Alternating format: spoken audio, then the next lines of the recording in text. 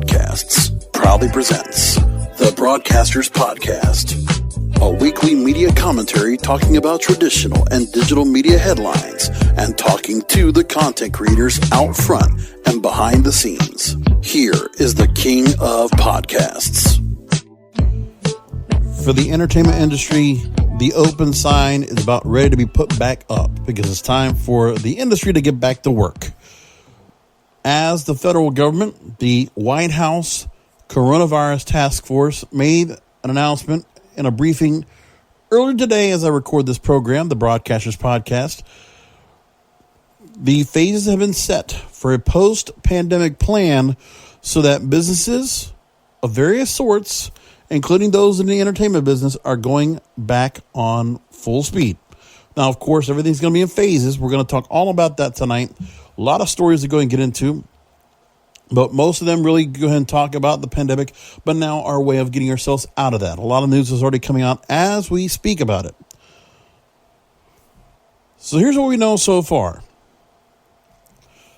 President Donald Trump announced new proposed guidelines for how and when the U.S. economy can reopen amid the coronavirus pandemic. The plan, which is being dubbed Opening Up America Again, sets a series of proposed benchmarks or gating criteria that states and regions like counties and metropolitan areas would have to satisfy before they could start to relax social distancing restrictions and business closures. So some of the main parameters that are in place are a downward trajectory of reported flu-like illnesses and cases with COVID-like symptoms, documented COVID-19 cases or positive COVID-19 cases, and hospitals must be able to treat all patients without crisis care and have a robust testing program for at-risk healthcare workers. Once states could satisfy all this criteria within a 14-day period, they could move to phase one, allowing, among other aspects, for large venues, including movie theaters, sporting venues, and sit-down restaurants to reopen, but only under strict physical distancing protocols. So those protocols would be at least maintaining 6 feet of distance between individuals. Phase one would also say that non-essential travel should be minimized and that people should avoid gathering in groups larger than 10, which do not readily allow for appropriate physical distancing. Phase two, state or region reaches the gating criteria a second time without a rebound of COVID-19 cases. Large venues could allow patrons under moderate physical distancing protocols, and individuals discouraged from gatherings of 50 or more without appropriate social distancing. Phase three would be relaxing restrictions to further limited physical distancing protocols for public venues. And that's what's important here about all the live entertainment, for all the things that are being done when it comes to work, when it comes to business, when it comes to having the economy in general get back up on board. Or Hollywood. And as for California, which is very important in all this, New York will be the same way. Governor Gavin Newsom emphasized the guidelines recognize that different states have different circumstances, but the full measure of what constitutes strict, moderate, and limited social distancing remains unclear. But again, it will be upon him, for him being able to go and say, okay, according to the guidelines, we're going then to proceed to phase 1, 2, and 3. So it'll be upon the state. And if he's working with other states, they're going to be they're going to be focused on the fact that they need to get themselves going. But now, people already see, okay, the states need to now determine the deadline or the dates that they feel like, the timeline as to when these phases will be implemented. So it'll be upon Gavin Newsom, the state of California, to get that going. And then they must play along with whatever states are able to open and phase into normalcy sooner than others. And this does not reflect anything about what projects might be going on overseas. That's a completely different ballgame. But we'll keep an eye on all that. We'll see what else comes up of all this altogether. So it's a matter of, this is the light at the end of the tunnel. We're now seeing, we have gone through what is said to be the brunt of this pandemic. We are on the other side of this. I talked about that last week, and I think we are. And I think this is a move. This is with scientific officials, economical officials, government officials. This has been decided upon. So here we are. Let's see this go on. And maybe, one thing this was also said, that there are going to be some states could literally open back up tomorrow, given on what those governors decide to do. So there we go. There's going to be several states already that are going to be very important to the entertainment industry that are going to get themselves going. One of the states besides California that I think will be very important is my home state of Florida. Because already there have been some additional essential businesses that were allowed. And I talked about this on my Wrestling is Real podcast, and I'll just take a point to talk about this. I talked a lot about the pandemic and the issues with business because there were a number of businesses a number of people that were let go. WWE, World Wrestling Entertainment, had their share of layoffs, which caused a real stir among the wrestling fans, the wrestling community in general, online. That what happened, right? But they're one entity of many that have been deemed essential businesses as long as they did not have any public, anything public, anybody from the public. It had to be closed to the public, anything they were doing, and essential personnel only. And physical distancing had to be adhered to. So there was that going on. And there are other organizations, including other wrestling promotions, the UFC, Disney, Universal Studios, entertainment venues. Those were starting to get themselves back into where they could do certain things to keep maintaining properties, things like that. That was happening soon enough. Now, keep it in mind, the entire economy doesn't just jump right back up. And there's a lot of things that go on with all this. You got to ask yourself, what about the hospitality industry? Well, how does this play into effect? And then soon enough, when essential travels or non-essential travel is allowed, or essential travel, whatever it is, when people can actually get back on planes and start flying again, that's going to take some time too. So everything's going to take some time. But again, it's dependent upon the different states and regions that will determine what they decide to do, which is not a bad choice. I think you don't keep everything locked down and just phase everybody out at once and phase everybody back in again. No, I think this plan is what we should want. States determining what they decide to do, because there's importance to ones over the other, and the phases and how they're implemented are very important on top of that. So let's get into the industry side now and talk about what we're learning about all of this. So as I've been talking about, the movie theaters have been hit a lot by this. We've talked about it extensively here on the program for the last 4 weeks. So the movie theaters have now been incorporated into the proposed reopening plan. So here's the story here. Cinemas would probably have to deploy moderate physical distancing protocols for a certain length of time. So in this, movie theaters would be allowed to reopen in earnest once the pandemic begins to subside, albeit with certain moderate social distancing. Now, the White House and the president are hopeful that some areas will be out of danger by May 1st, but there's no official timeline. Now, Hollywood is hopeful that many theaters will be able to turn on the lights by the end of June. The National Association of Theater Owners didn't necessarily comment on the White House plan. Now, initially, theater circuits hope to stave off closures by slashing capacity by as much as 50% and introducing buffer seating. We'll talk about that in a moment. Let's go and talk about it now. Okay, so this is the plan that they already have. It would be part of phase 2 for any states that have this particular play. The proposed reopening plan. The movie theaters will be incorporated into phase 2. So that could be between 2 to 4 to 6 weeks in between the first phase. And given maybe some states, the first phase will be implemented by May 1st, within the first 2 weeks. We could see that. Maybe even sooner than that, but I don't think Hollywood or California or Florida or particular are going to have to do that. And New York, I think, will be taking the longest to get themselves through the phases because they've obviously been one of the hot spots of all of this. So the movie theaters already had a plan to introduce buffer seating. So let's go ahead and talk about that first. Now, this is a plan they were already doing before the full cancellation altogether. That was the one thing they were going to be doing, was that. So, for instance, AMC theaters, okay, here's what they have. That seating capacity would be cut in half in the U.S. and Canada. Cinemark would also reduce capacity. AMC and Regal initially would be doing the same thing.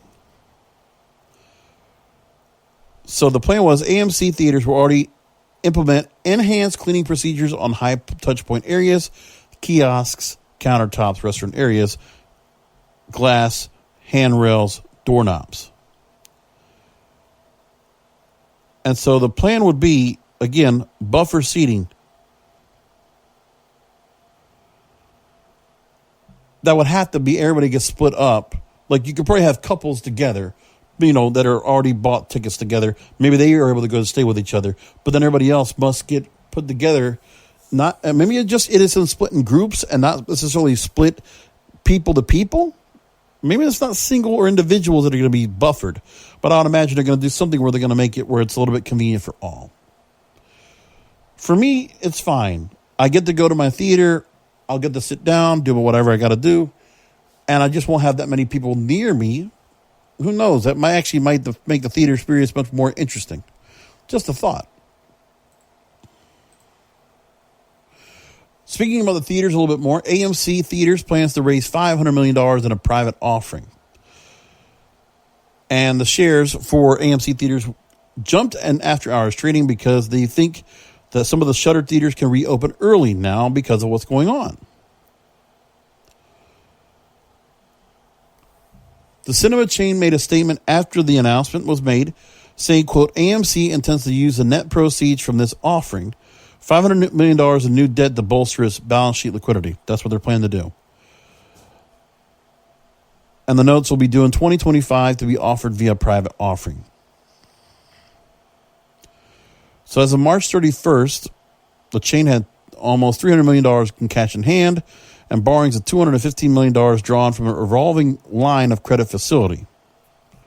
Wall Street is still judging if a Chapter 11 bankruptcy filing for AMC Theaters will be likely still. The shares have been tumbling, and the Chinese conglomerate Dalian Wanda Group owns a majority voting stake, but they're looking for various ways to reduce costs. That's why they went ahead and furloughed all 600 corporate employees like they did. So they don't know when they can get the cinema chain back up to enjoy a significant rebound, and that some studios are breaking the theatrical traditional window with releases. So in its disclosure, they said, quote, some movie studios have also reduced or eliminated the theatrical exclusive release window as theaters are not operating. The longer and more severe the pandemic, including repeat or cyclical outbreaks beyond the ones we are experiencing, the more severe the adverse effects will be on our business. But now, some of this is going to change. At least they have a plan to get themselves back going once again. Now, another part besides the cinemas is to look at the people that are actually doing the actual movies. That's the next part that has to come into play. In a bit of irony, the director of many movies, including Contagion, has been selected to head the Directors Guild of America committee to address getting the town restarted. So Steven Soderbergh is a former DGA national vice president. He will hold a committee to address getting members and the town back to work. So he says that, rest assured, quote, this is something that we've been spending a great deal of time thinking about as well. We don't have an answer as to when production will resume. We're taking steps to address how we can be safe when it does happen.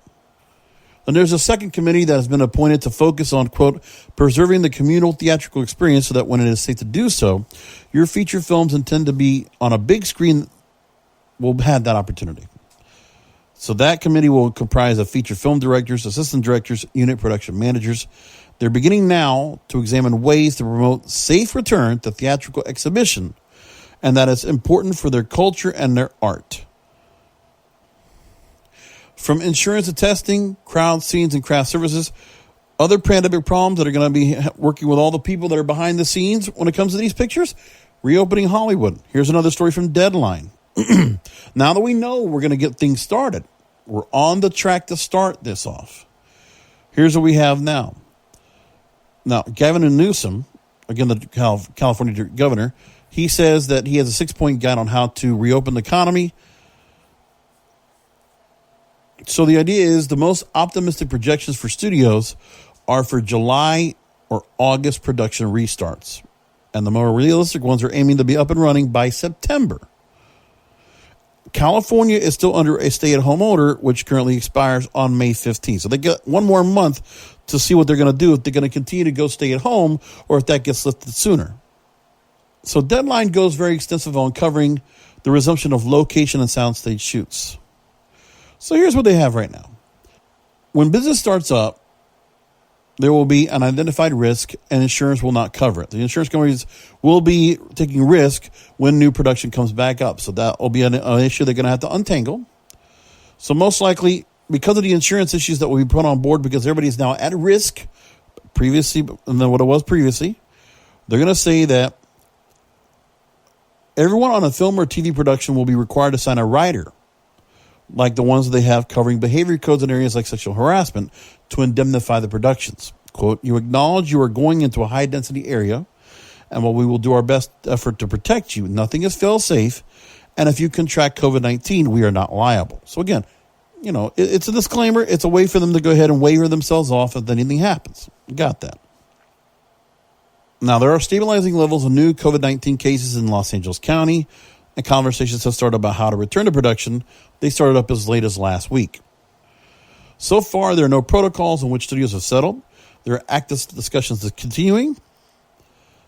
And by the way, everybody's now talking. So who knows if we can't get all the labor union stuff all squared away as well while people are getting themselves back up. I think that's the most important thing that needs to happen in Hollywood, is that all these labor unions that have mounted up on all their issues, listen, for the good of the industry, for the good of the craft, good of the art, time for them to get back to work.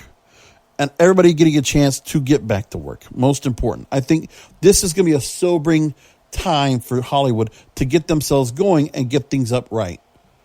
And to get everything all settled, because look, you don't know what could have gone on with this pandemic and how long people could have been out of business. But everybody's going to take a hit right now. And at this point, it's time for any bickering and fighting that was going on before, time to let that go. And I agree with that wholeheartedly. So here's what's going on. The AMPTP and IATSC, they're leading in hardest to map lists of safety concerns and solutions. Every major studio in Hollywood has top people trying to figure out every scenario that needs to be addressed before shows can get up and running. And trust me, when you're seeing all this at-home stuff that's going on TV, Hollywood's not happy about it. And I'm showing you the networks cannot be happy about it either.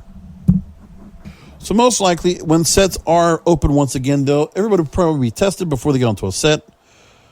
Not as accurate as traditional swab tests that take days to process. There will most likely be rapid antigen tests that'll provide results within 15-20 minutes. Daily use on sets is predicated on the availability of testing kits without taking them away from first responders and hospitals. And productions, additionally, are expected to employ, when possible, antibody tests that detect immunity if a person had already had the virus. There will be a health questionnaire, a temperature check, and hygiene training, sneeze into the crook of your elbow, and health professionals will be hovering to check for fever or symptoms. And those who exhibit them will be subject to quarantine. The process is expected to add up to an hour and a half to each person's arrival time. And those whose antibody tests show they have some immunity, it is possible they won't have to be tested every day. And most importantly, as we get back into work again, for some people like myself, I'm hoping to go ahead and not really have to go back out. I'm going to continue to work from home and remote work for the meantime until I don't have to go through any inconveniences of going out, wearing masks or gloves, or making sure that I'm, socially distancing. If I can still stay from home and limit the amount of time I need to go out, I'm going to keep doing that for a while, probably for another few more months. But I at least feel much better that things are changing now, that we can actually start loosening up things eventually. At least we know the plan's now in place, and now we know the governments are going to get the opportunity to do what they're going to need to do to get themselves to that area, because we are now on the way out. We only hope and pray. Legal and privacy hurdles are also going to come into play, of course. Craft services are going to be very important. They used to consist of a cafeteria-style meal and snacks like communal bowls of peanuts and M&Ms. No more. Most likely, meals will be doled out in single-serve pre-wrap fashion, no shared utensils. Lunch breaks will have to be staggered to cut down on density. And an extra level of production built around actors whose health is crucial to keep production going and a crew employed. So below-the-line personnel coming into contact with actors or directors will have to wear masks and gloves at all times. Then you're going to have extra hygiene when it comes to the facilities, offices, and bathrooms. No longer have doorknobs or handles that don't need to be touched to open them. There'll be swinging doors from now on. Sparkling water cooler requires the push of a button, so that won't work. And since no one wants to be responsible for accumulation of plastic bottles, boxed water is the most likely option. And then you will not be allowed to share cell phones. And a crew will be hired to disinfect the set each day. Then you have the production commandeering entire hotel rooms to safe zones for those where those working on a movie or TV production can stay and congregate. Even then, the rigorous testing process will have to be done at the start of every week, since those working on series and films will have to go home to families, maybe bars and restaurants. The hope is that the testing will allow actors to engage in intimate scenes, but crowd scenes that call for a multitude for extras will need to be sandwiched into a frame around the movie or TV show's star. That will be a major issue. Another possibility is the more liberal use of LiDAR for visual effects. A city can be digitally recreated down to the last cobblestone, and actors can be green screened into a frame, into that crowd of extras. But the priority will have to be the stars of the TV shows and movies from getting sick. As we talked about overseas shooting, that will dissipate once the production business reopens, but it's likely not going to be the case. So a source, talking to Deadline.com, they said, quote, "The economics right now are worse than they've ever been. The box office muted, so it's a double whammy without the incentives and rebates that come with shooting outside the U.S. You could not absorb the extra costs. The hard part is you go around the world looking for the best tax incentives and put movies in Budapest, Serbia, Australia, and now you have to tell an A-list actor they have to go on a plane for 8 hours to spend 16 weeks away. What if they get sick there? How do you get to them to feel safe?" Very important. So filming on lots won't be as straightforward as flipping a switch once the stay-at-home orders are lifted. Some studio facilities, they're also saying, are not considering allowing filming for 2 months after the state quarantine is over because of insurance concerns. And that could be a very good point. You know, it's a matter of, to take the risk, it's always going to be a risk. You're going to be up against the insurance company, but then you're also going up and putting a risk on your talent, your staff, all of them out there. And this is where COVID-19 and this whole pandemic will make significant changes it's going to make permanent changes. We know we're going to feel permanent changes anyway. They're just going to be something we're just going to get used to. But it will be because of what happened here. This 45, 60, 90-day time in March and April, the spring of 2020, all of us will never forget for as long as we live. It's going to be like that. So everything in a TV series, when you produce it, will need to be rethought. Everything from actual shooting, makeup and wardrobe, craft services to create the changes in the content, adjusting scripts to avoid location shoots, large crowds, and action scenes. Questions of whether it will be appropriate for shows to reflect the life we had before the pandemic hit. With social distancing being a part of our lives for months and even years, studio executives and creators are wondering whether it would be jarring to depict characters having a family dinner, right? A similar production shut down, Hollywood would reopen, and eventually it got back to normal in a year or later. But there was only a film industry in its early days. So this pandemic struck amid a TV boom that yielded more than 500 original scripted series in 2019. The sheer magnitude of production and the high stakes of studios and platforms in the era of streaming will likely be an impetus for the companies to join forces and hammer out strict guidelines on how to make content as safely as possible during the months between the time quarantines are lifted and life truly goes back to normal. Really opens up your eyes. Deadline wrote a really good comprehensive article there to really tell you what's going on. And it's unfortunate for them, but there's so much they have to worry about, and they have an idea of what they're going to have to do. But again, if they're going to start making money again, they're going to have to take the inconveniences along with the profits. Or not even so much the profits. They need to start making money again. They have to start, their business has to get back up, whether they're making a profit or not. They need to get themselves back to even as quickly as possible, because Hollywood is dependent upon all their outlets that are going to be carrying and transmitting this content, however they're doing it, whether it's on a movie screen or a TV screen or a laptop or a tablet or a phone. They have to be able to get all their ducks in a row to make sure of that and make sure everybody's all safe and protected throughout. So it's all justified. And then, like they said, things will come back in about a year or so. I can see that happening. Some things will come back, but then there will still be some lingering effects. I'm telling you that's going to happen. That's for sure. So we're getting some other after effects from all this going on. By the way, coming up a little bit later on in the program, I want to give you this heads up. I'm going to give you part 2 of my great interview that I had with Kristen Nell Pope, the CEO of Pope Productions. Again, she's an award-winning broadcast journalist. And again, we were talking about the pandemic and the issues that were going on when it comes to the media and the way that the media was handling this whole story. We got to look into all of that. So we're going to talk about that coming up with Kristen coming up here on the podcast, part 2 coming up a little bit later on. So back into it. A few more headlines to get into. This was a story I normally wouldn't talk about, but man, this is sad. Ellen DeGeneres. It's a very popular daytime show. She's been getting a lot of flack lately. There's been a lot of trashing her, right? From people that have had either that she was featuring on the program as a guest or other people behind the scenes. There's some people really talking some stuff about this and not happy right now. So we got to talk about that. So Variety.com writes a report that says the Ellen crew is furious over poor communication regarding pay non-union workers during the coronavirus shutdown. And here's what the story is, and I'm going to read through it because this was fascinating. So the crew members from this long-time running daytime talk show distressed and outraged over their treatment from top producers amid the pandemic. I don't know how much, Ellen DeGeneres is going to go ahead and respond back to this, but this was not good.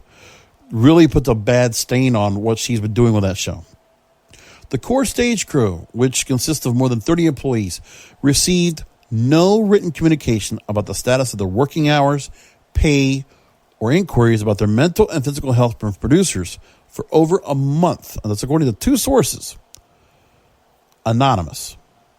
Higher-ups in production would occasionally answer phone calls, but reveal little out of one of the sources.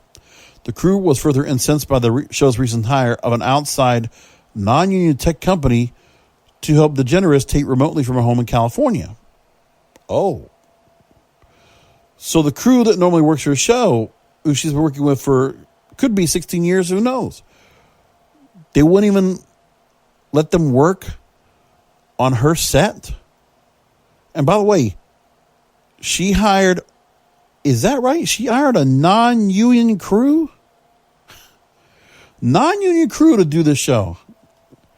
What does that say, man? I think Ellen should actually respond back to this. How do you let that happen? You're going to get blowback for that. Is there some kind of privacy that you have where you just felt like you didn't want to bring work at home? Like, what was that all about? Why would you go and do that to your team? Are you just not happy with that team and you just feel like you wanted to have somebody else work for you? When production executives finally did weigh in, all crew members, nearly all of them, last week were told to brace for a 60% reduction in pay, even as the show continues to air. So the show's still getting money from sponsors. It's still happening. But yet the staff is going to take a hit for it. 60% reduction. Not even furlough. Not furloughed, but 60% reduction in pay. I guess they're not working, so all right. But still, you think they're not planning for shows? Come on. According to the insiders, only 4 core crew members currently work on the remote version of the broadcast, who find this treatment to be totally inconsistent with Ellen DeGeneres' daily message to our audiences. Be kind. Now, a spokesperson for Warner Brothers TV, which distributes the show, they told Variety, Our executive producers, quote, and Telepictures are committed to taking care of our staff and crew and have made decisions first and foremost with them in mind. And the studio reiterated the crew has been paid consistently, though at reduced hours. So these people were left in the dark about if and how much they would be paid. And phone calls to crew members from production coordinator at Telepictures, the Warner Brothers usually that produces Ellen, were sporadic and often lacking any information before and after the 14-day lockout. DeGeneres would expand her output from hosting 4 shows a week to 5 shot over 2 days. And radio silence from producers created anxiety among crew members who thought they would be furloughed, and in that case would need to explore unemployment benefits. A Warner Brothers spokesperson did acknowledge that communication could have been better, but cited complications due to the chaos caused by COVID-19. April 2nd now, 2 weeks ago, the majority of the crew members were shocked to discover that DeGeneres had a remote set up at her residence where she was taping. And they learned that from social media posts from colleagues in other departments. So again, normally, Ella tapes 4 days a week. Studio episodes of the show were last shot the week of March 9th. The crew was paid in full the following week. But when the Warner Brothers lot was shut down as a precaution, the following week of March 23rd was a planned spring break hiatus. Then, returning back from spring break, the crew was paid the week of March 30th without any firm plans to production resume. And pay was reduced to 8 hours from 10 hours per workday for the week of the 30th. And then this past week, April 10th, the crew was told to expect a reduced compensation of 2 8-hour workdays per week.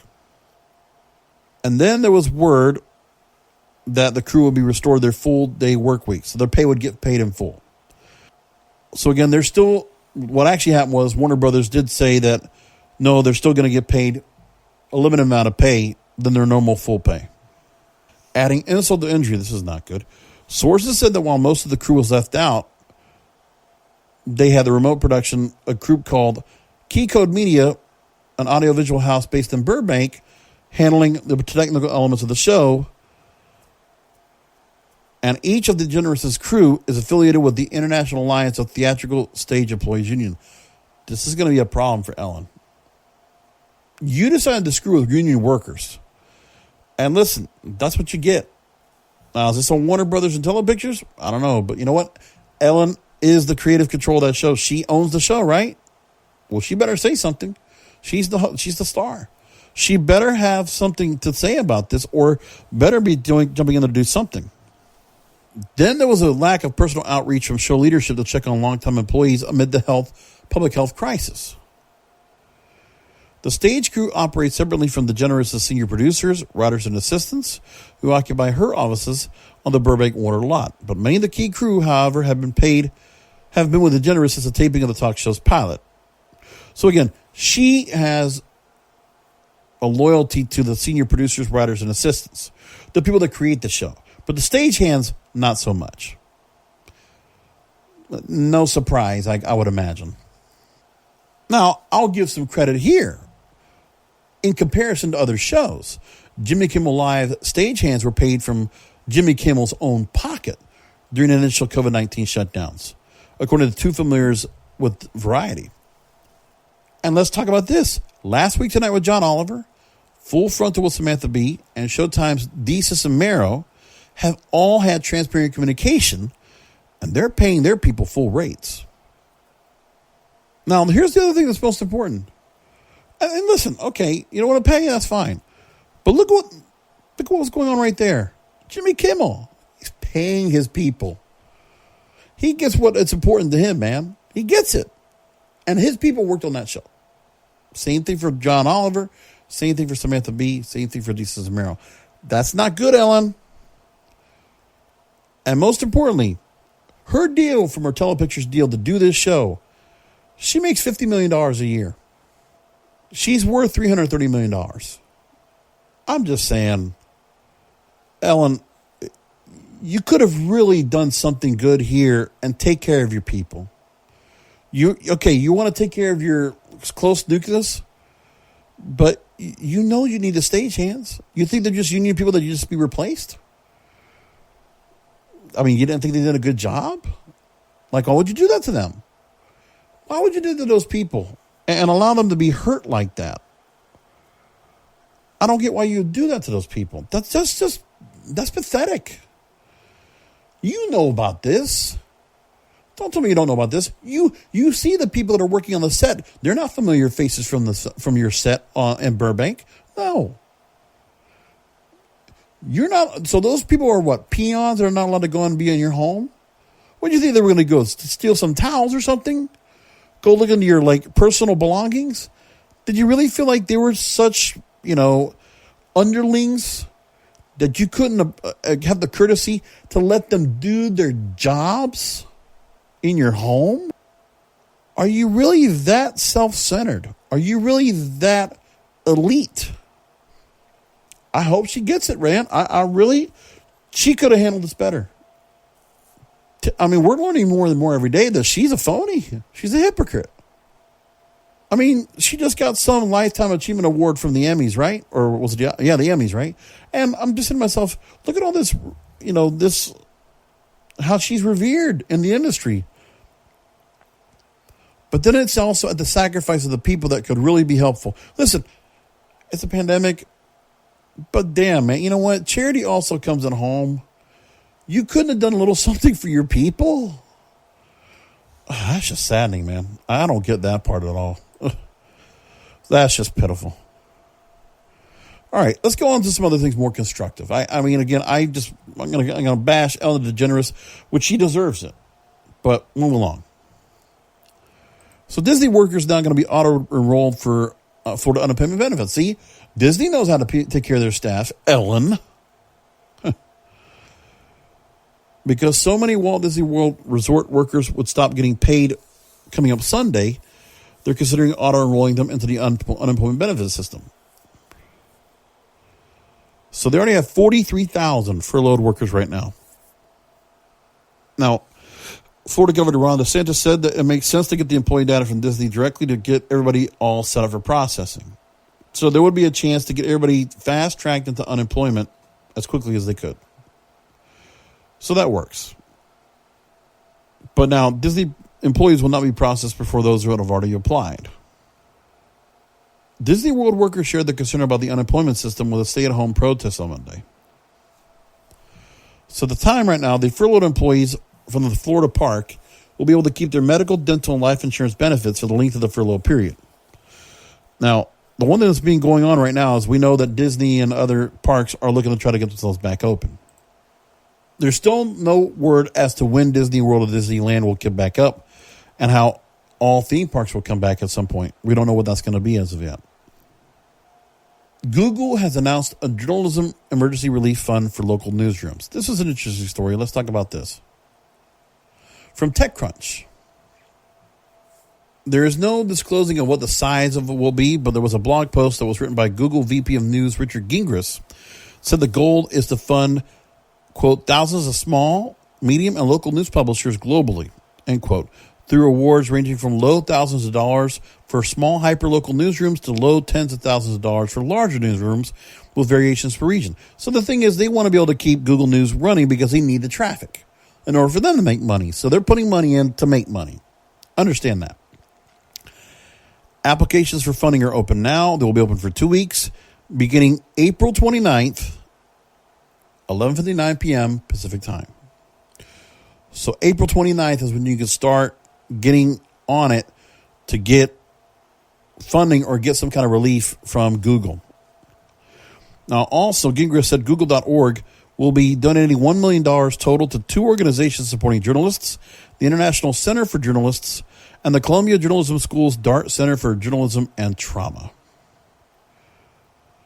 And the Google News Initiative, which is a broader effort to support journalism with an initial $300 million in funding, said they will be spending $6.5 million to support fact-checkers and nonprofits working to fight coronavirus-related misinformation, funding that's already led to tools like the Case Mapper, the COVID-19 Case Mapper. In the same vein, Facebook has started to commit $100 million to support local news organizations in response to the current crisis. That's great news. Listen, I like that the private sector is trying to work themselves back up to get things back up because they need to make money too. It can't just be the government bailing everybody out. So that's understandable. Other constructive things that are going on because of this coronavirus, there are companies that are hiring workers right now. So let's talk about that. This is from the LA Times. They talked about this. And you know what happens? I'd like to go and be able to tell the whole story, but then, of course, we're getting the stupid thing of the... as always, we're getting the stupid paywalls from people like the LA Times. When they don't understand that I'm just trying to go and help out and actually put some information out there from everybody. But, of course, they can't do that. You know, I have to always work my way around and, not be able to look at this. But, of course, they don't care. They just want to keep doing what they're going to do. And they do this to me, and I continue to have the same issues like I always do with this stupid site. So I can't read the story. And I had a plan to do that. But, yeah, LA Times, you suck. You can't let me take a minute to go and look at your stupid paywall for something about jobs and companies that are hiring. No, you put yourselves behind a paywall. You cocksuckers. Anyway, we're going to skip them. I should just go ahead and boycott them for just doing that kind of stuff. That's why I don't read from Wall Street Journal anymore. Paywall. Screw you guys. Let me make sure I also delete that story that I have from the description because nobody's going to have to worry about that. You guys just, go F yourselves, right? I'm trying to limit down the language a little bit on the show. So a couple other stories I want to talk about, and this is really what's interesting here, is another entertainment mecca, Las Vegas. Nobody's really talked so much about that, but you know what? They're an interesting story as well, because you got to ask yourself, how are they going to be coping with this when they come back up? The mayor of Las Vegas was saying they need to get back to work and they need to get the city back open. It's obvious they're hurting right now badly. So the Las Vegas Review Journal, which by the way they don't have a paywall, thank you very much. They allow stories to come up. So there's an opinion story that came out over the weekend, and the question was, will gaming ever be the same? So let's talk about it. At the moment, Clark County, at the current moment, as I look at this, now this is Clark County, which is where Las Vegas is located. At this point, they have 2,625 cases. 53%, or 1,399 of those patients have recovered. In the county, there have been 121 deaths total. So back to the story about Vegas. This is where they are right now with all their issues. So now, there are going to be several critical aspects of the global gaming market that are set to change forever. In both retail and online, the industry has remained with a tried and true from a product and experience perspective for many years. It's always been a low growth phase around the world amid limited product innovation. In many jurisdictions, machines were removed to maximize floor average in a slot-dependent market, where the average slot player ages year after year. The online industry entered a phase of slower growth and regulatory changes in Europe, moderate growth in emerging markets, and continued growth in gray markets, such as key Asian territories. So the thing is now, this is where I think Vegas cannot rely on their brick-and-mortar physical gaming. All these different casinos, they're going to have to allow online gaming, at least for a time being, to keep themselves back with monetization, which they should have done while this was going on. If they would have had a way to go and work with other companies and get themselves going with online gaming, they should have executed that. I mean, take the risk, man. Do something. But they didn't. So in Asia, Macau casinos are ghost towns due to travel restrictions, checking patrons' temperatures, deactivating every second slot, and vigilantly cleaning every surface, giving glimpses of what's likely to come. And industry reports suggest the fourth quarter as a return to semi-normalcy for Macau properties. So that's where you could get to see that. So in parallel, the relationship between iGaming, casino games, and online sports betting, fundamental in Europe, has been slow to materialize in the U.S. And now that sports betting has been decimated, the U.S. industry's only truth growth engine is idling. So now, here's what they think are some key elements for the industry to consider as the reality unfolds. Number one, the business will veer younger. The younger generation, Gen X and millennials, will be the first to return to land-based properties on a sustained basis, with older generations reticent or unable to return because they're not going to want to be able to do this. Go to such a high-crowded, high-floor, high-impact, people-crowded environment. They make a good point. This shift from older to younger signals a period of sustained technology-driven innovation featuring new and different customers and a flow of distinct experiences. Similar to iGaming, the industry will need to figure out how to use or obtain data and optimize its management.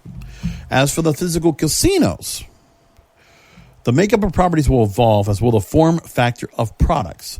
Even with the easing of distancing rules, the concept of tightly placed slots could disappear. People will expect space between them, and the placement of gaming machines will have to provide for this while supporting also human interaction. Safety is going to be paramount. The touching of buttons, cards, other services requiring rethought. Suppliers will need to work with operators and players to specify, build, and launch differentiated products and experiences that meet customers' new demands. Traditional metrics will evolve. Casino operators will have to get comfortable measuring performance differently than the current metrics of win per unit and floor average. Any decrease in the number of machines per square foot will necessitate industry innovation and consideration of this potentially lower productivity yield factor. Such an evolution could usher in a search for gaming products that outperform slots economically but are still licensable and fun for the player. So the thing is that they would have to find something else than slot machines to put out. And all those machines, they might not be that clean. And having anything that people need to go and put their hands on and touch, you're not going to want to wear gloves if you're going to avoid that, right? Casinos should consider moving to a model that reflects the return on investment of new customer acquisition and lifetime value. So again, they have to find new ways to go and keep making money back on what they're putting into it. They have to figure out a way. Regulation could change to support innovation. They move along into some real technical stuff. The retail online convergence will gather steam. So really, the restaurants, the stores, the things that people will go to, the events, the concerts, the stage shows. There's a case to be made for a coming together between retail and online of some games and experiences at the customer level. Brands and experiences will resemble the live versions in casinos and vice versa, and powerful player/loyalty databases that will support such convergence. Now it's time for industry participants, as they close this article out, to plot the evolution of the gaming sector and optimize outcomes.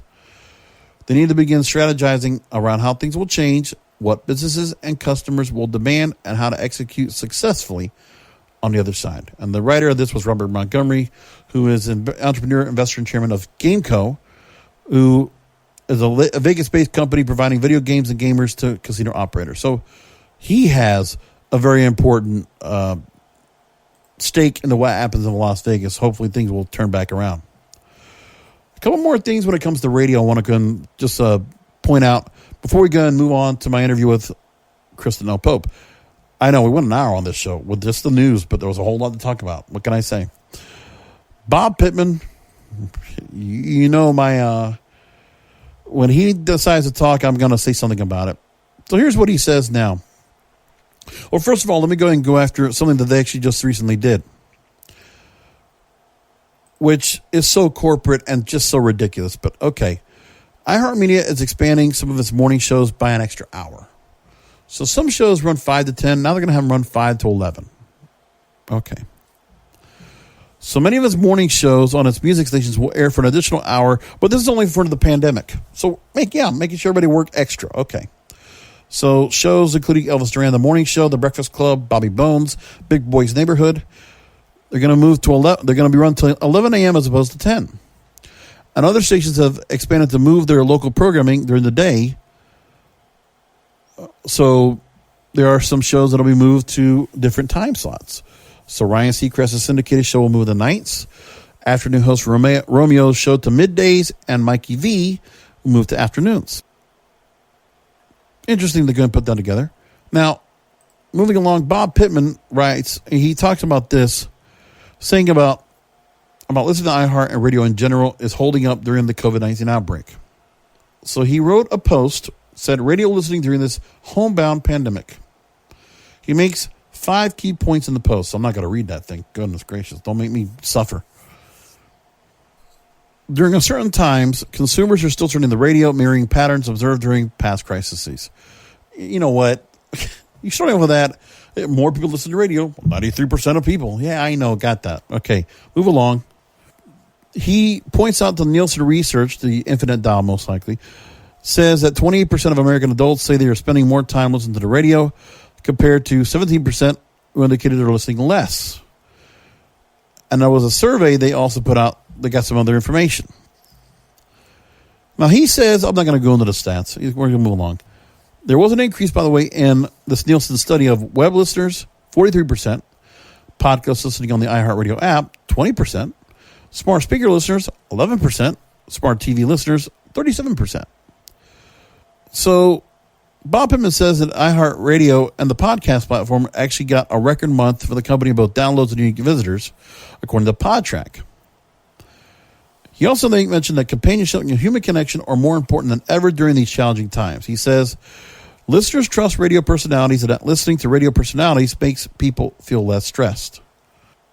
Either which way, you know, if they can sit through the long commercial breaks, I guess they can't. But hey, if it makes them feel good, you know, I can't tell you, I've been in the car to go listen to the radio and I haven't bothered putting on a radio, like an FM radio at all. Like, I've listened to podcasts, yes, and I do them all the time. But, you know, what are they going to talk about? By the way, I want to make a point out a few things before I get to my interview with Kristen Pope. Let me go ahead and give you a couple things real quick now.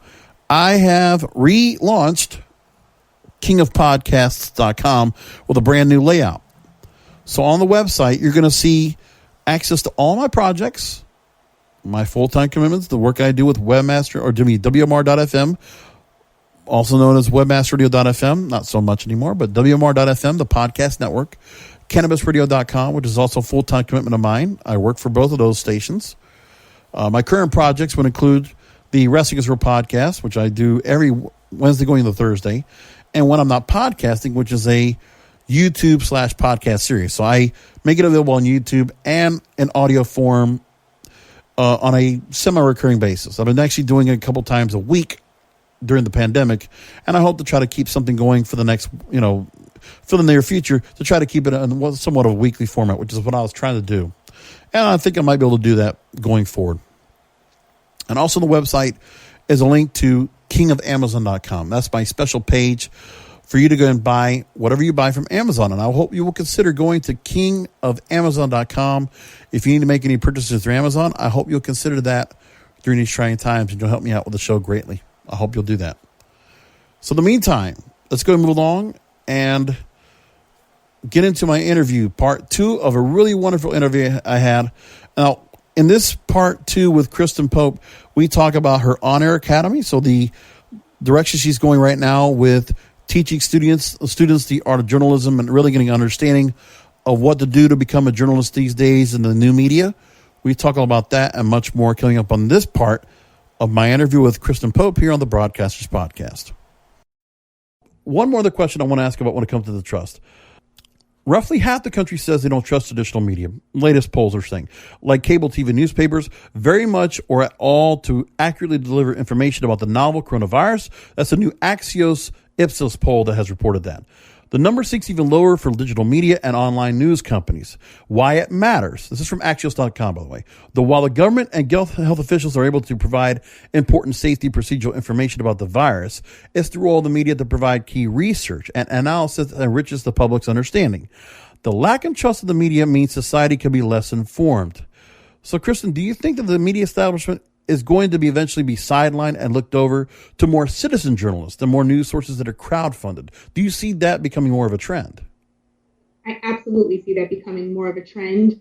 Do I think it's going to be sidelined? No, I think that the media organizations are going to continue to evolve as they are, because there are organizations that support citizen or freelance journalists and things of that nature. And the truth of the matter is that is necessary. It's necessary because there are some things that a reporter may not be able to get you or may not be able to get you in time. And here you have someone who's right there on the scene who can give you an update about what's happening. It's worth it to invest in that person. It's worth it to further the story with them.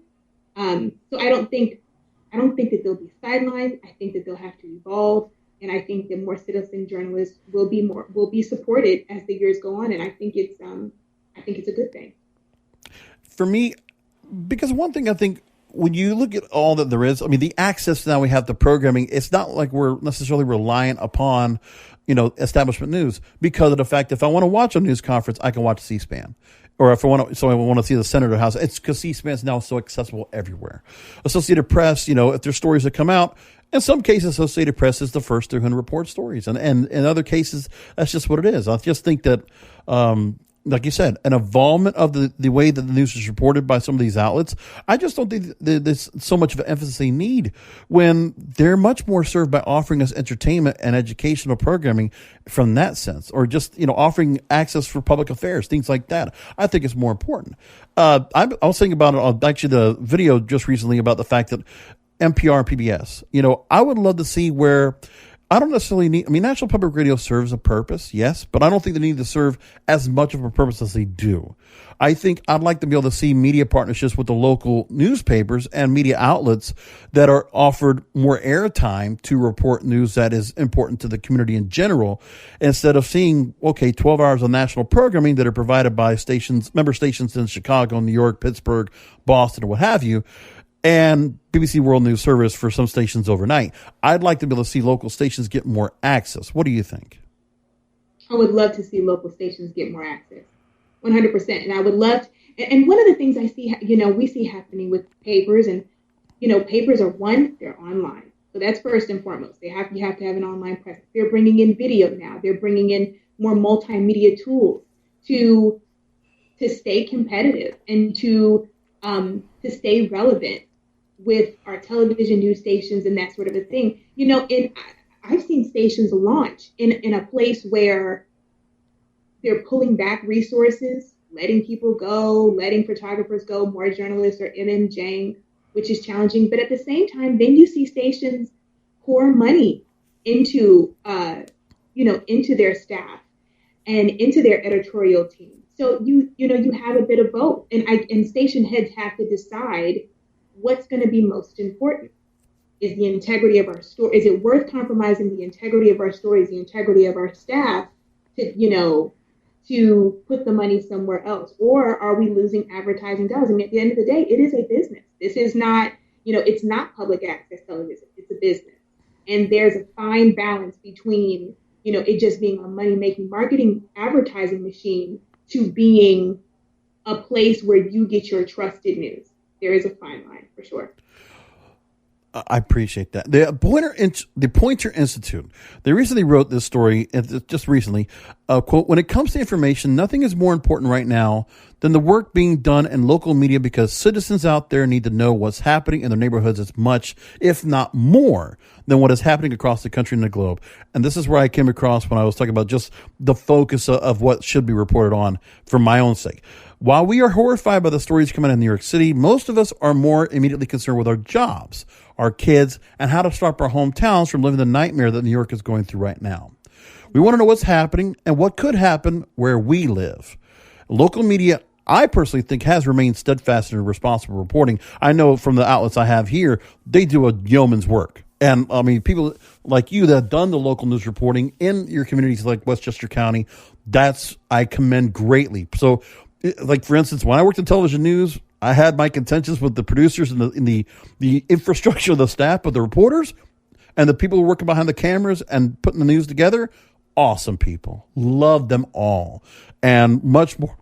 Talk about, giving some hazard pay to give, and more credit and more, distinction to is more important to me. But what do you think about the fact of, as I mentioned, I mentioned it before, but just saying for what Pointer Institute says, how do you value that statement?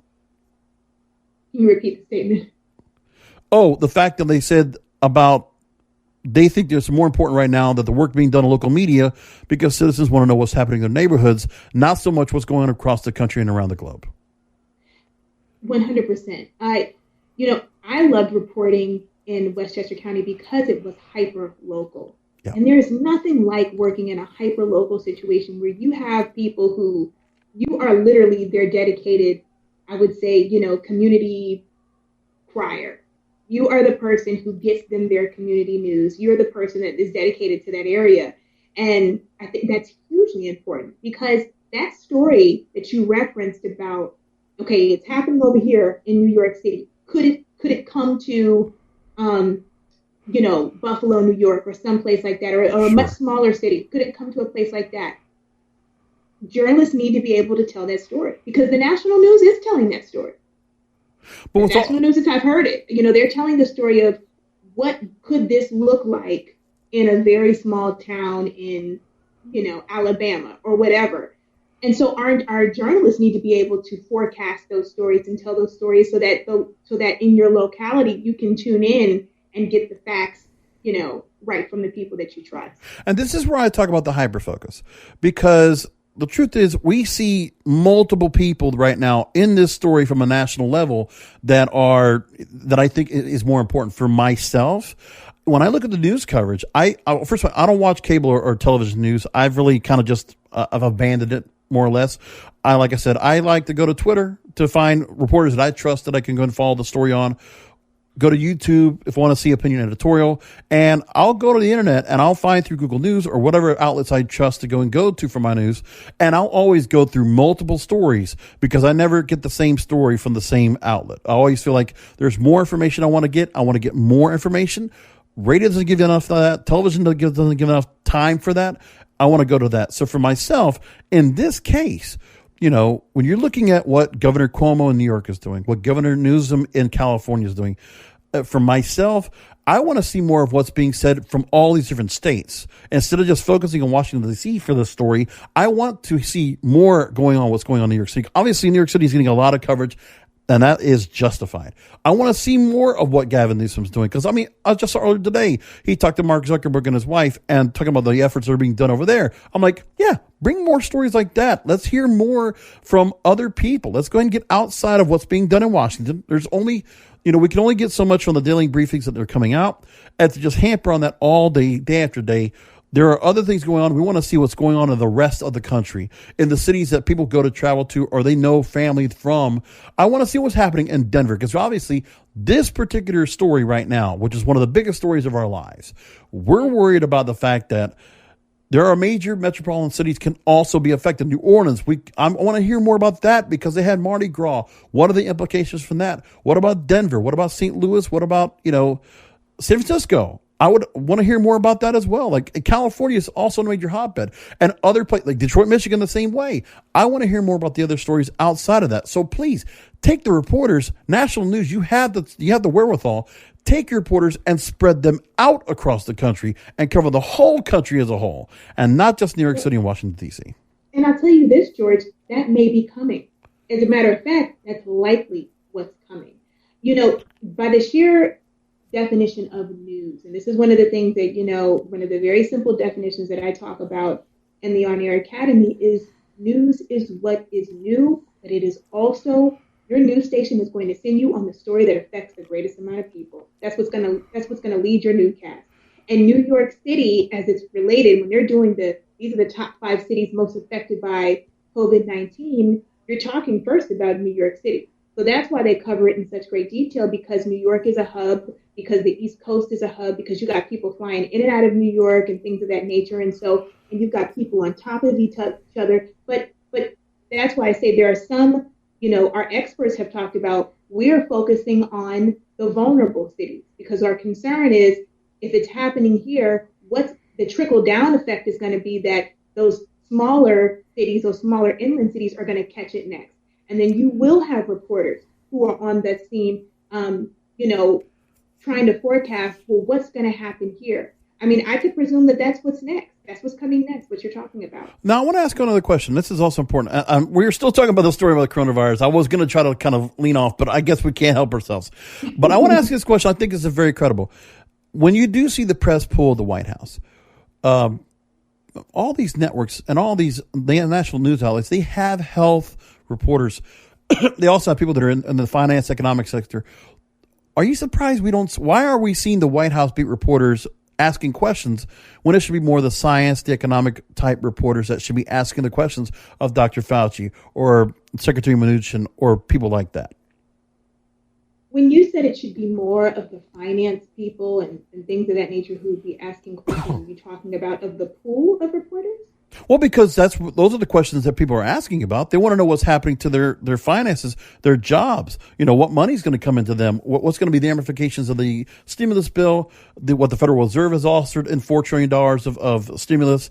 And in terms of what, Dr. Fauci and Dr. Birx say, I want to know better questions. I'm sure I got better questions than what the reporters would ask them when it comes to not just learning about, leave it for the governor of New York to tell us how many ventilators he has right now and what's being shipped, because he knows more than what the White House does. I mean, I want to know the models, what they say. I want to know what the stats are. I want to know what's being developed and what's being done. What's the collaboration? What is being done together to do that? I want to hear from the experts more than I want to hear from the president. So a couple of things. I don't think those are questions necessarily that you'd ask Dr. Fauci, for obvious reasons, because he's the public health official. I do think that I haven't watched the entire White House public briefing, so I don't know that those questions aren't being asked. I'd also caution us to better questions versus different questions, because all of them are relevant. But at the same time, some part of this, and I've had this conversation back and forth, it's an economic crisis because it's a public health crisis. So the public health crisis questions should be paramount, because once you get this public health crisis in order, the economics will follow. This isn't an economic crisis first; it's a public health crisis. I'm going to disagree. I think it's parallel. I think the economic crisis is parallel to what's going on with the public health crisis. It all comes one and together. I totally believe that. Okay, so we disagree on that. No, and that's fine. Yeah, because the economics would not have done what they did had this not been in response to the public health crisis. I don't find them to be parallel, because I think that once we get the public health crisis under control, the economics are soon going to follow. Every time that the economics, my husband's a trader on the markets, every time that the Dow goes up, it's because, there was an agreement that was signed, $2 trillion is coming, they're going to protect these jobs. It's literally a direct response to what they do to contain the public health crisis. And so that is a big thing, because if we're too focused on the economics, we'll miss how to actually bring it to its halt. Well, the one thing I can tell you is I just saw the Dow Jones right now. It's going to drop about 300 points as of recording today on March 31st. And at least there's a little bit of stabilization. So at least one of the things I look at is that there are certain factors that I look at, and it's not the president. There's other things I look at that will offer hope. And I think that's one thing that has to be offered more than anything else right now from the reporters that are out there, is to ask questions so that the public can be calmed. So there's more hope being given, because I think, the American people just can't handle just wanting to be, shocked and to be given panic on a regular basis. I think everybody's well aware of that. And I think the other thing too, getting back to the point of the reporters, is that people have a great attention span right now. I do not discredit, and I never put down the American people and their intelligence. I think now at this point, if they want to hear what's going on when it comes to the intricate details, the granularity of what's happening with this economic crisis and this public health crisis, they can accept it, they can understand it, and they will absorb it better. So I think the journalists out there, and honestly, it's upon the editor-in-chiefs, the publishers, and the news directors. I think you were saying before, to unpack before, I want them to be more proactive. Don't just worry about what the situation is at hand. They should already have reporters dispatched to other major metropolitan cities already. That should already been done a week ago, 2 weeks ago. And as for the reporters, I think the American public is much smarter than the journalistic, the fourth estate might assume them to be. They're just not consumers of advertising. I think they're definitely, if you look at it down the line, personally to me, I think they're much more consumable for information if it's brought to them timely, and it's brought to them in something that can be absorbed. I think it can be done that way. So, and to a point that you made, that journalists need to provide hope. I think one of the ways to do that, because because you have to be mindful, like they've got to get the facts out there. But I think that speaks to a diversity of stories. Finding the stories that do represent hope. Like these, the story that I keep seeing on Instagram of whole neighborhoods in Atlanta coming outside of their windows and singing songs to cheer on the medical person. That's huge for people. DJ D Nice, in his quarantine club party. That's a story of hope. Those are stories of healing, and those are stories of hope. And what it means is that our news organizations are going to have to diversify. We can't just talk about the panic. We have to also talk about the hope. We have to. I would just hope there'd be more of a balance. I don't know if there's that much of a balance right now. That's my opinion anyway, but either which way, I want to move on to a much more a different line of questions. Now I think we moved off the roller coaster. We're off the real scary part of the ride. We're going to go ahead and smooth it down now, Kristen. All right. Okay.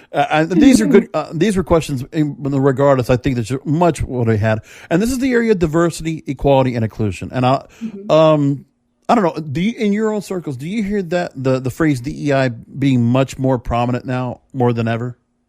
More than ever before. Now, San Francisco State University's El Tocolote magazine, they wrote a story, and I digged around for stories, like I said.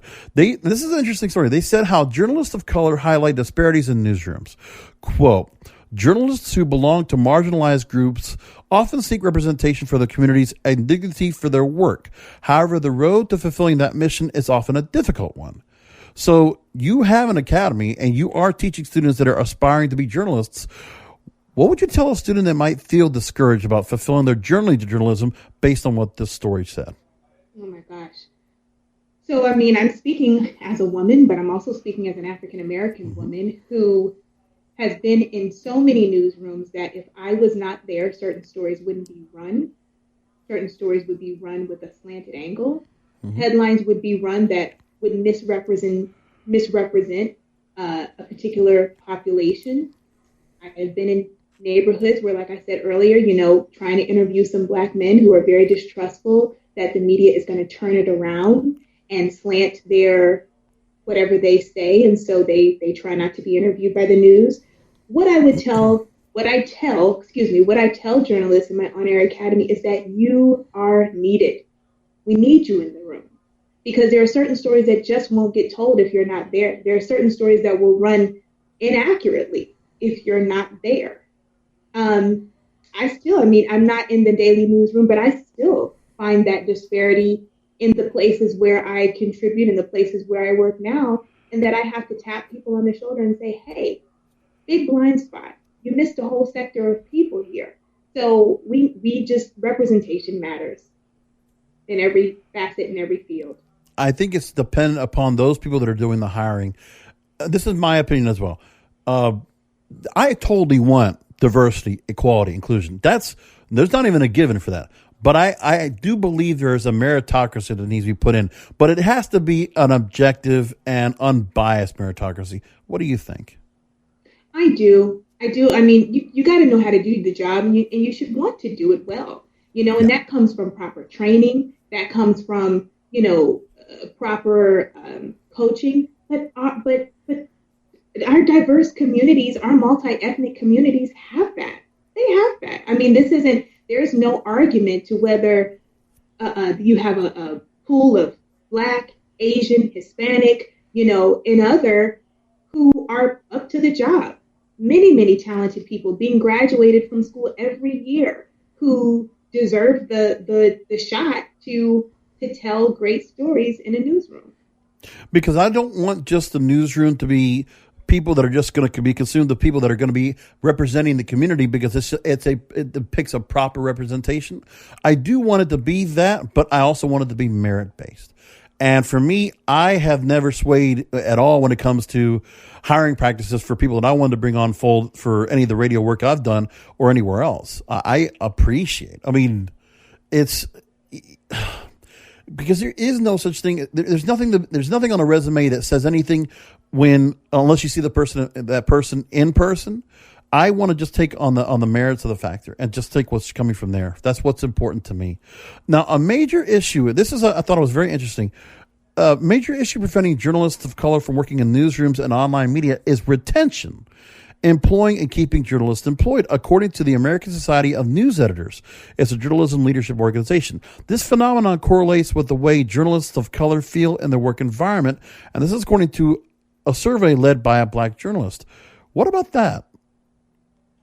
Well, when we talk about retention, are we talking about at that particular station or in the field? In general, they're saying the survey was done that there was an issue of having journalists employed and keeping them employed, and they feel like, being of color might be a factor behind that.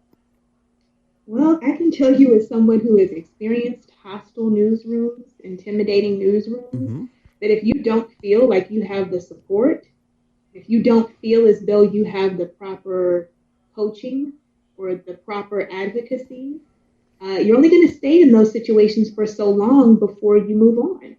And I think that what that means is that, you need people who are in positions of power or making decisions who are well equipped to handle a diverse newsroom.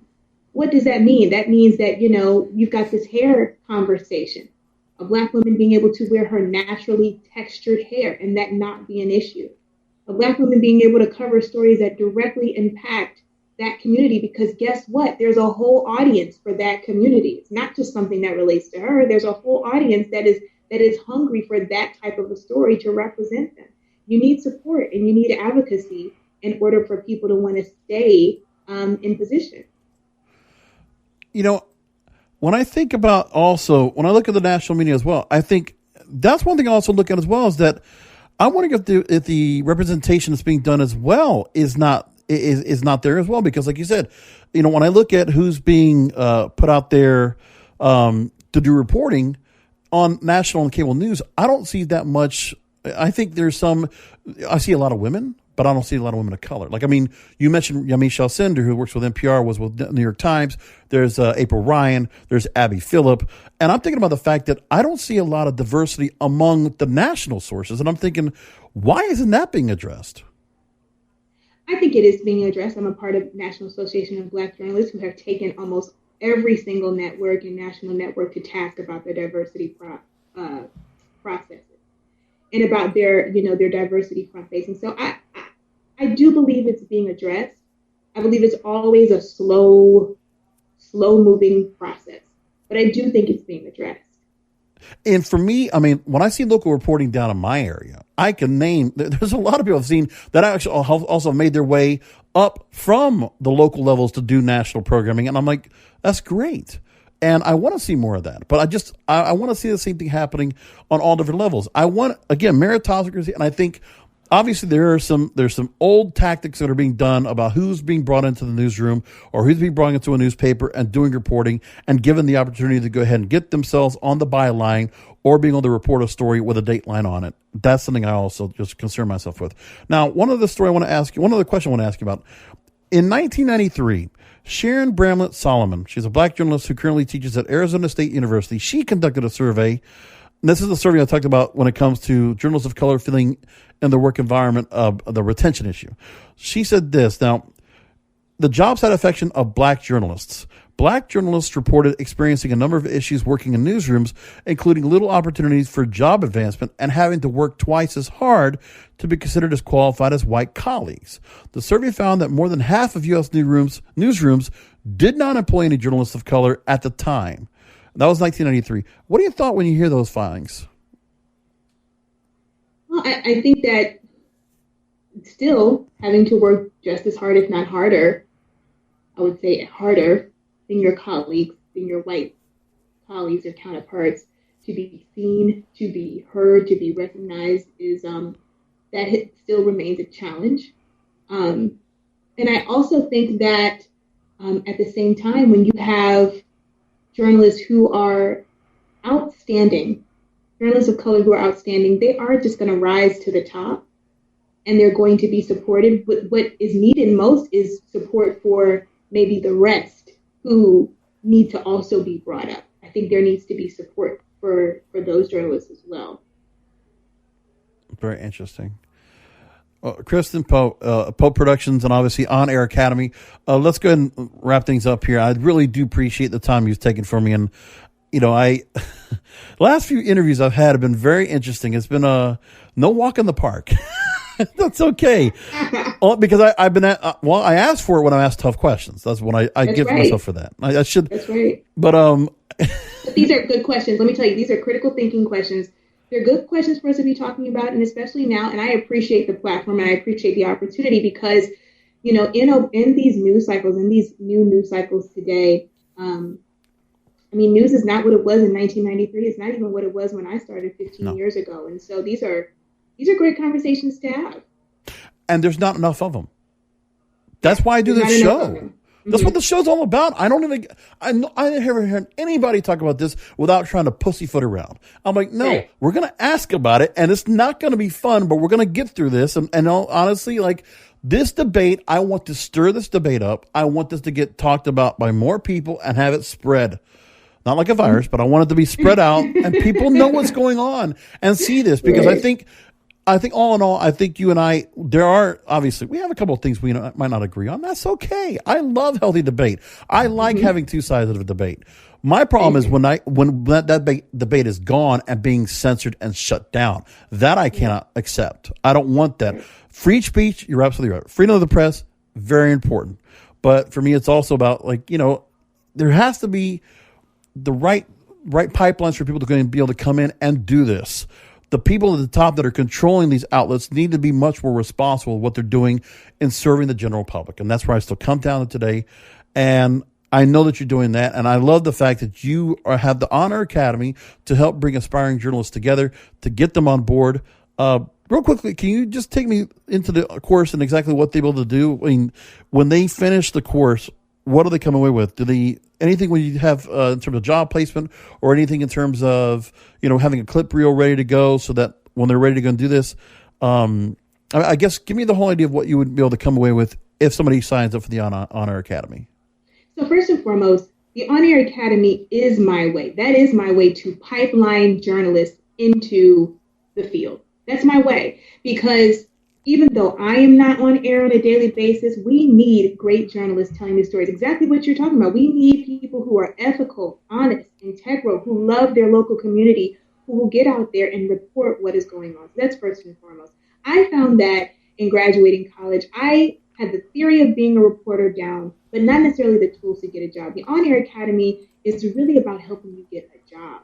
Because what good is it if you have the theory of and the knowledge of being a reporter, but you don't know how to get a job? The two are very different. You can be a great theorized reporter who never puts it into practice because you never get to get out there in the field and do it. And so what you walk away with is the ability to tell a better story, the tools to go and create a better reel. You get to have, I take you through examples, vision examples, storytelling examples. I put you in touch with people who can help you to get your reel done where you are, because people can take it all over the country. I help you connect to a network. I give you tools that I use and tips that I use to get jobs. So those are the things that I take people through. And so you walk away, if you've done everything, you walk away likely with a polished up reel. And everyone who has taken the course, hear me clearly, everyone who has taken the course and completed it has gotten a job. Everyone. 100% success for those who have taken it and completed it. And I say and completed it because there are some people who've taken it, didn't complete the course, but those who have taken the course and completed it got a job. Excellent. I want to direct everybody over to your website because I could go and ask you about all your social, where you are socially and all your product, but I see you have it all in one place, KristenLPope.com. That's KRISTEN, letter L, Pope, like OliviaPope.com. I don't know if you use that for anything, but honestly, I was a big fan of Scandal. I love that damn show. I don't, but I can't tell you how many people ask me if we're related. It's not bad company to be with. My only thing with that show, I didn't like the fact she got so damn powerful. Like the last season, I just like, I was like, okay, you got everything, Olivia. Okay, we get it. You got the president back. You got all this power now. And like, I had to tap out by seasons, what was it, 6 or 7? And I got done from there. But like the first 4, like the first 2, 3 seasons were fantastic. First season was great. First season was fantastic. Like that was just good, salacious, just good. And I'll tell you, she was ball busting. I liked her attitude. Like that's, I mean, I wouldn't necessarily say everything she did was like totally, up to snuff, but I thought that that was a very strong character. I liked her. Same here. We agree on that. Live there. Kristen Pope. We'll leave it there. Oh my God. Thank you so much for taking my questions. I really appreciate you coming in on the Broadcasters Podcast. And I think a lot of people should get a lot from this conversation. I hope they do. I hope so too. Thank you so much. Thanks for having me. So thankful for having Kristen L. Pope from Pope Productions for having her on the show this week and last week. Really wonderful conversation, and I hope they're going to continue that going forward. I have other interviews coming up. I haven't thought about what I'm going to go and bring up to all of you next. Next week, I'm going to go ahead and start with an interview series that I have, a 3-part interview that I did with a radio station Hall of Famer. I brought he is a radio Hall of Famer, runs a great company called Star Worldwide Networks based in Phoenix, Arizona. He was a longtime radio announcer, DJ at radio station KUPD in Phoenix, Arizona, which at one point was the #1 rock station in the country, according to Billboard magazine. There's so much to be said about what he did in his career in radio and his transition from radio into podcasting, digital marketing, and running a full service agency where, he decided to go and leave the business, the terrestrial radio business, and transform himself into a brand new entrepreneurial venture. The story is amazing. It was a 90-minute conversation. I'm going to run that interview in 30-minute increments over the next 3 weeks here on the Broadcasters Podcast. My interview with the morning mayor, Dave Pratt, I will have that starting next week here on the show. Until next week, remember, we're back open for business, baby. Sooner than you think, we're all going to get ourselves back out there. I can't wait. Content is king, and the control of your content is in your hands. Thank you for listening to the Broadcasters Podcast, presented by BroadcastersPodcast.com and KingofPodcasts.com. The Broadcasters Podcast is brought to you by KingofPodcasts.com/Amazon. If Amazon is good enough for the King of Podcasts, it most certainly is good for you. KingofPodcasts.com/Amazon. And don't forget to check out the King of Podcasts wrestling program, the Wrestling is Real podcast, exclusively at KingofPodcasts.com.